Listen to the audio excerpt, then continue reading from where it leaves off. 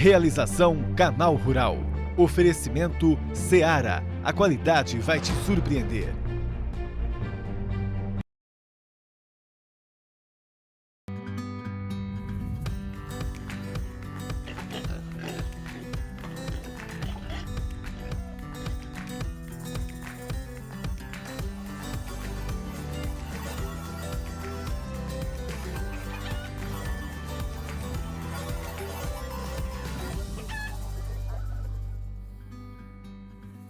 Bom dia para você que nos acompanha aí direto do seu trabalho, né? Quem tem que trabalhar, trabalhe, que tem que ficar em casa, fique em casa.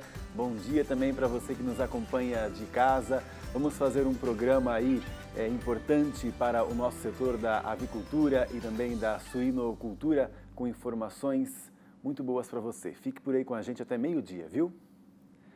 Há navios esperando até 14 dias para atracar em alguns portos pelo mundo.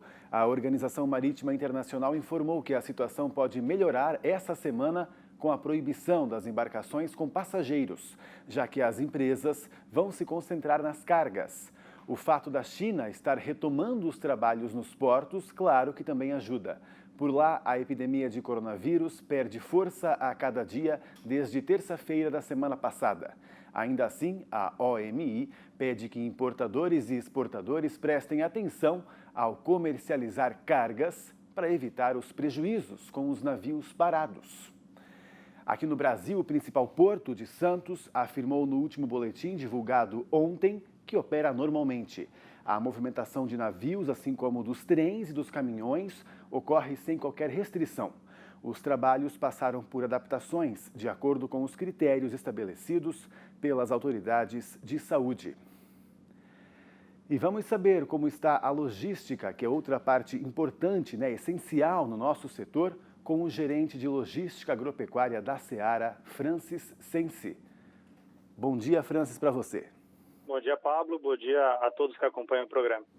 Eu sei que os caminhoneiros, que trabalham para a empresa, eles praticamente são integrados aí também, né? O compromisso continua durante essa época que a gente está passando difícil aí?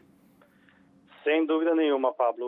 Os transportadores de logística agropecuária, eles são frotas dedicadas, né? Eles trabalham exclusivamente para as empresas de integradoras, né? E eles fazem esse transporte de alimento para os animais, transporte dos animais de maneira rotineira, né? E não tem como essa frota parar porque ela transporta alimento, né? E tanto o alimento dos animais como o alimento dos brasileiros precisa continuar acontecendo, isso não pode cessar nesse momento. Pois é, até ia falar sobre isso, que tem aí algumas linhas, desses transportadores, aqueles que levam a ração da fábrica para a granja, aquele que leva o animal da granja para o frigorífico, também do frigorífico para um atacado, para uma distribuidora, e em todos esses elos aí está tudo bem então, E eles também receberam algumas orientações até de saúde para trabalhar? Perfeito, Pablo. Assim, esse é um momento muito desafiador para todos nós, né? E produzir e distribuir alimento, né, que já é uma tarefa nobre, normalmente ela se torna muito mais importante em momentos como esse, né? Transportar alimento para os animais, alimentos para a sociedade é de extrema relevância nesse momento para se manter, né, a proteção à vida, né? E os motoristas dessas frotas, eles são agentes que executam isso e eles precisam se manter firmes, mas o primeiro, o mais importante é eles protegerem a sua saúde. Então, proteger a saúde deles, proteger a saúde das pessoas que estão próximas, para poder efetuar essa tarefa tão nobre de maneira consistente e sem risco, né? Então, nesse momento, a sociedade brasileira ela já está municiada de muitas informações sobre o corona e como se prevenir, né? Mas lá no início da semana passada já a gente começou com com a cartilha de orientação e começou o papel de trazer informação para esse transportador, para esse motorista, de como ele se proteger, de como esse vírus atua, porque com informação as pessoas elas ficam mais tranquilas para trabalhar e principalmente conseguem se proteger de maneira mais efetiva, né? A gente solicitou para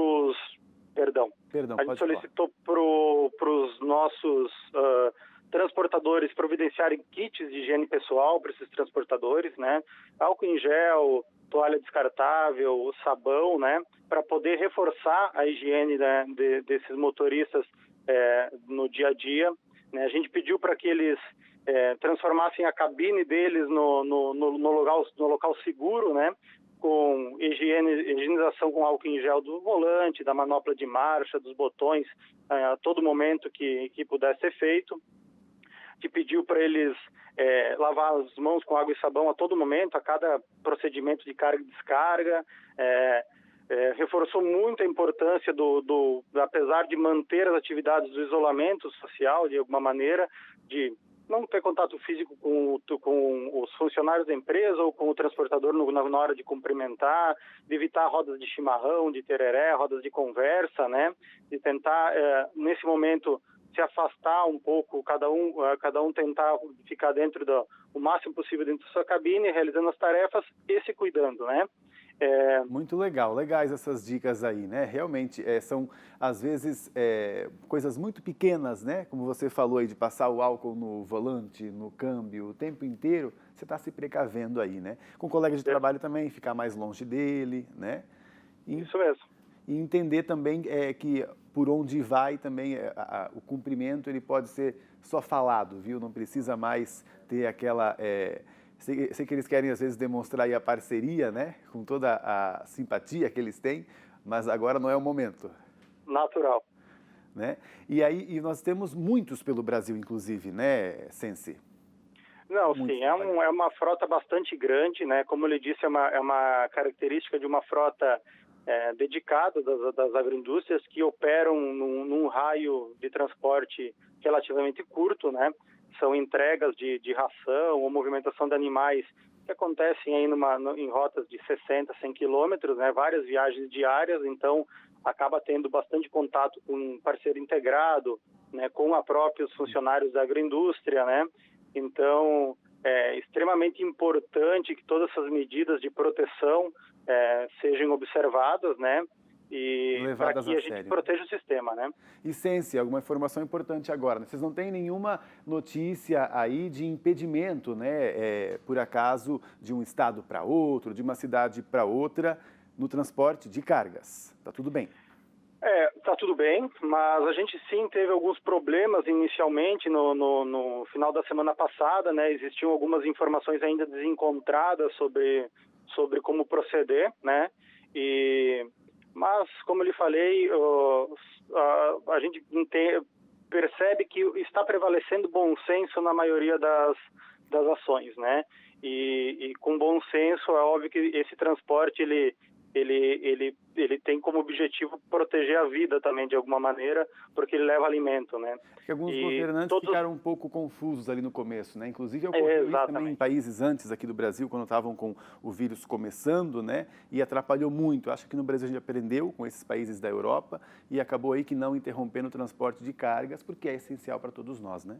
Exatamente. Com o tempo as coisas foram entendidas e hoje não existe nenhum tipo de restrição e o transporte está fluindo normalmente no país inteiro. Tá certo, então. Sensi, muito obrigado e um bom trabalho aí para vocês, então. Obrigado por estarem trabalhando. Muito obrigado. Muito obrigado a vocês também. Até uma próxima. Até a próxima. Falando nisso, né, é do setor de transportes que vem a nossa primeira participação de hoje, via vídeo, que nos mandam aqui para o WhatsApp. Vamos ver o que um casal de Ceará, Santa Catarina, tem para nos contar. É a Neuza e o Lucimar.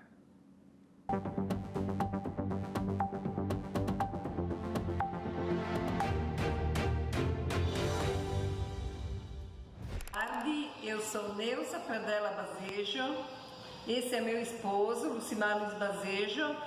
Há mais de 27 anos nós trabalhamos com a empresa JBS Ceará e agora começamos com esse vírus que está vindo por aí. Acreditamos também que se a nossa parada vai influenciar muito, pois transportamos alimentos para os animais. Sabemos que é grave, mas já tomamos todas as medidas necessárias para que todos os nossos colaboradores fiquem seguros. Obrigado, queridos. E quem recebe nas granjas e frigoríficos as visitas desses parceiros aí, os caminhoneiros, precisa ficar atento àquelas medidas de segurança simples, mas que fazem muita diferença. Tem exemplo de um integrado de granja de galinha caipira, muito bonita, em Uberaba, Minas Gerais.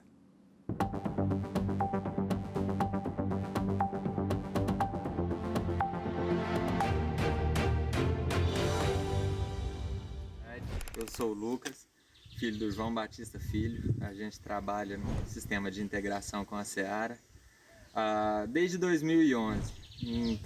Iniciou com o frango branco, hoje a gente está trabalhando com o caipira. É um sistema novo para nós, mas já tem 2 anos, mas é muito legal trabalhar com o frango caipira. O esquema de desinfecção, arco de segurança, troca de calçados na entrada, é o mesmo sistema que a gente já era acostumado na época do frango branco, segue rigoroso agora com o caipira, não mudou nada.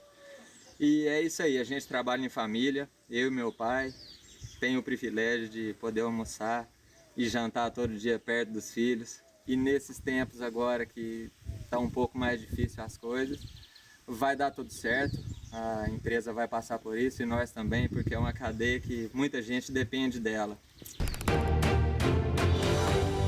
Valeu, Lucas! E falando em galinha caipira, tem curiosidades sobre ela naquele quadro em que a gente se diverte e aprende ao mesmo tempo. Um espaço para saber o que é mito e o que é verdade no nosso setor. Porque depois que alguém fala alguma bobagem, não adianta reclamar, né? Tem que esclarecer que focinho de porco não é tomada.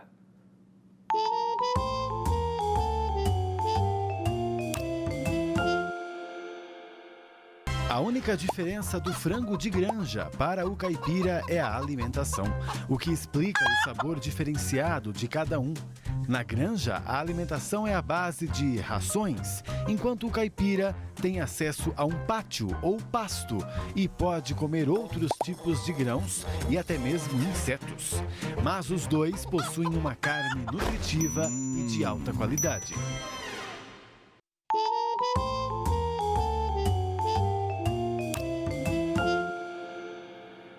Vamos fazer agora um intervalo, mas eu fico aqui esperando por você para a gente discutir mais sobre transporte durante essa pandemia de coronavírus. E tem mais notícias também aqui no Ligados Integrados. Até já!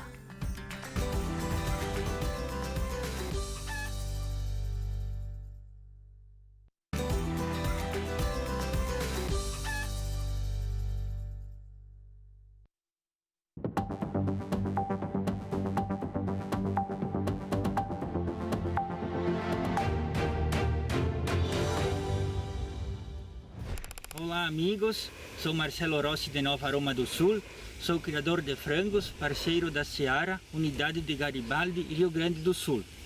Estamos passando por um momento delicado por causa do coronavírus, mas se todos nós seguirmos as orientações médicas, em pouco tempo estaremos livres desta pandemia.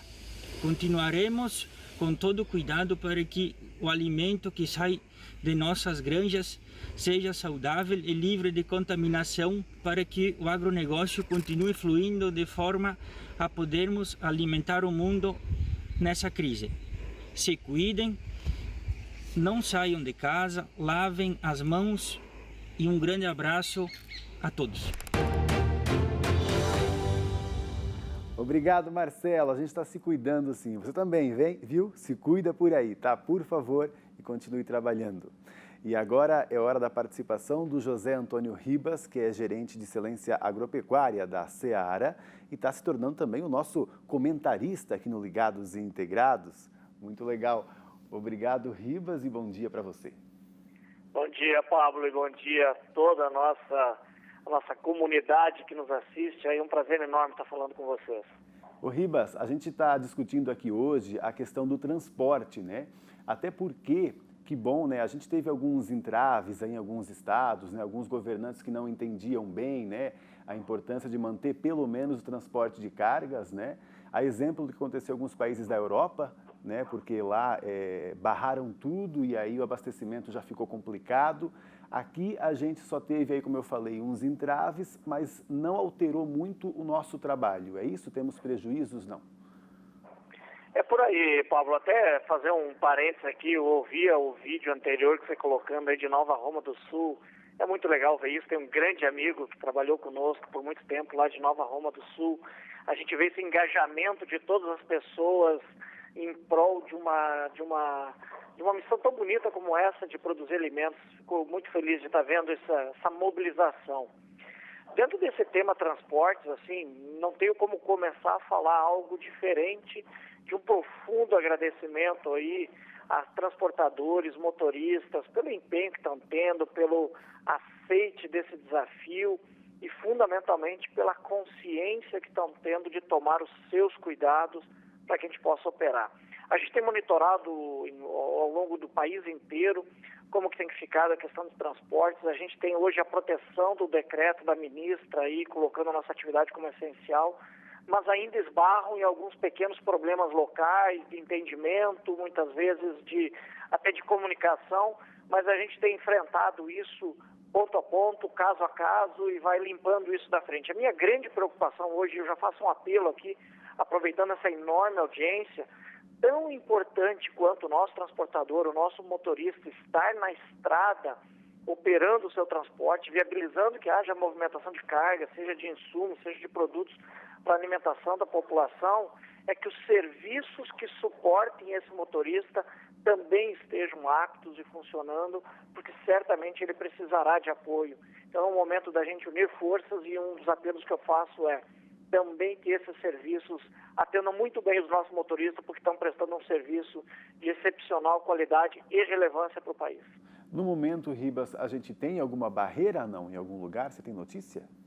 Não, neste momento, no dia de ontem nós tivemos e fomos tirando ela, tivemos um pequeno caso na Bahia, foi rapidamente resolvido até com o apoio do governo do estado da Bahia, e isso tem sido a tônica de o tempo todo, a gente está somando esforços. Neste momento a gente não tem nenhuma informação de barreiras acontecendo para os transportes que afetam as nossas cadeias de produção, mas a gente tem ficado à disposição, temos um time enorme trabalhando aqui junto, observando todos os movimentos e acompanhando todas as rotinas de todos os processos que são relevantes, e a qualquer sinal de problema a gente tem atuado.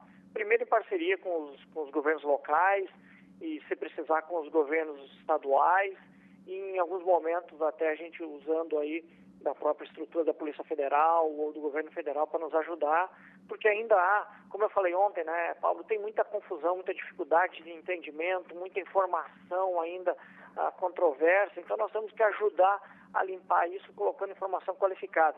Mais uma vez a importância do Canal Rural, mais uma vez a importância deste programa e do trabalho de vocês, todos jornalistas também, para ir colocando uma informação qualificada na mão dos nossos produtores, dos nossos parceiros, de toda a cadeia produtiva.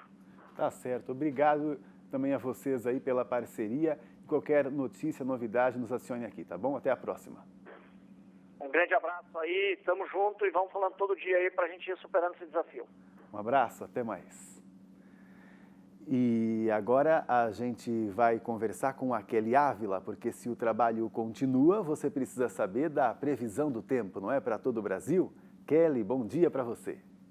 Olá, bom dia, Pablo, bom dia a todos. Muito bom estar de novo aqui com vocês, nos Ligados e Integrados. Vamos dar uma olhadinha aqui no mapa para a gente ver como é que vai ficar a previsão para os próximos dias?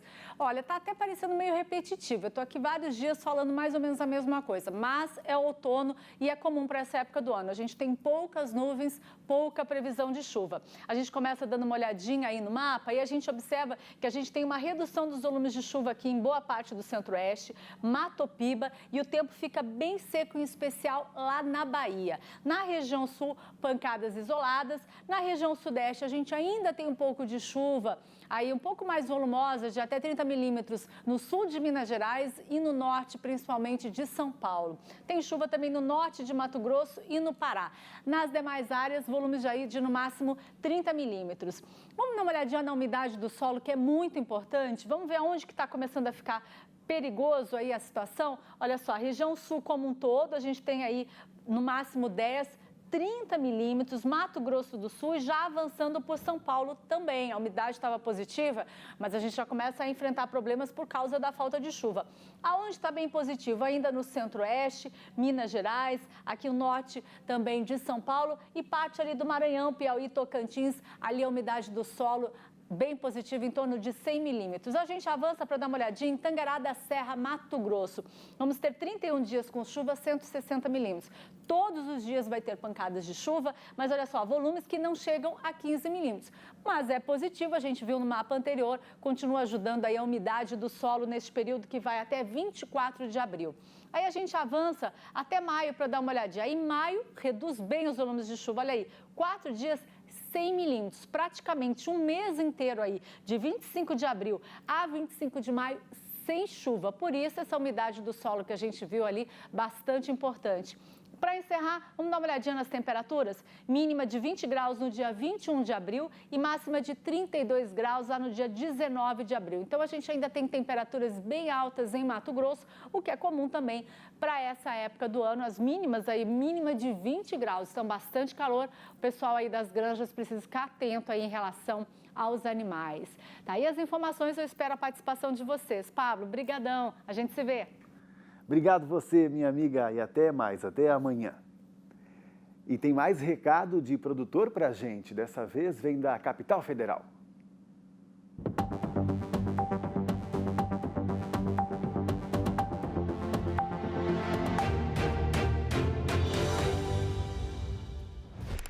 Eu sou a Adriane, parceira integrada da Seara, 18 anos, e venho aqui dizer para vocês que a gente não pode parar, e eu não vou parar, e que a gente vai continuar produzindo o alimento que chega até a mesa de vocês.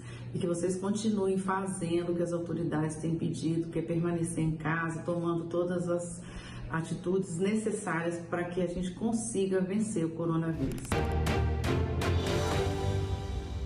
Um novo foco da gripe aviária H5N8 foi identificado na Alemanha. Foi em um quintal de aves domésticas e levou à eliminação de 44 animais. Com a nova ocorrência, o número de animais mortos no país chega a 113. A Organização Mundial de Saúde Animal, a OIE, já confirmou o surto nas Filipinas, Arábia Saudita, Vietnã, Israel, Ucrânia, República Tcheca, África do Sul, Romênia, Polônia, Índia, Eslováquia, Hungria e China. E para fechar, vamos abrir aquele espaço para o produtor contar um pouquinho da própria história, que sempre nos incentiva, né? E essa vem de Itabaí, Rio Grande do Sul.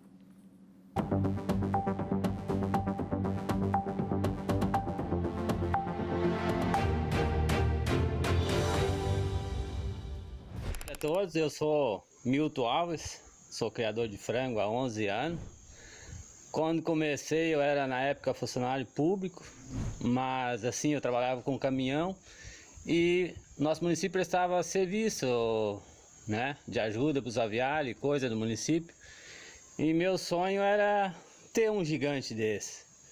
Então assim, por muitos anos eu trabalhava no caminhão e sonhando, ia prestar serviço para os agricultores aqui do município de Itabaí. E pensava, qual será o dia que eu vou conseguir um aviário desse? O meu sonho era muito grande. E hoje virou uma realidade. Há 11 anos eu estou aqui criando frango. Conseguiu não só ter o gigante, como domar o gigante e tendo muito sucesso, né? Parabéns para você aí. E o programa de hoje fica por aqui, mas você sabe, né? A gente volta amanhã, 11h30 da manhã, porque o agro não para.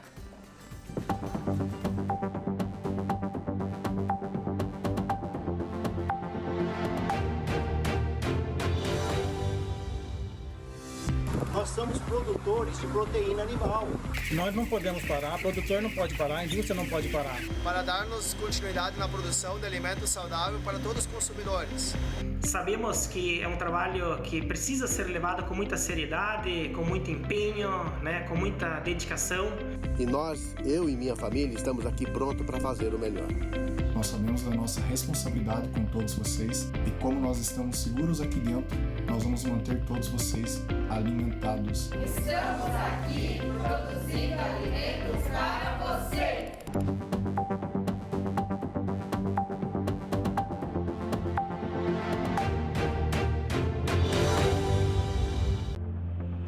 Ligados e Integrados. Realização Canal Rural. Oferecimento Seara. A qualidade vai te surpreender.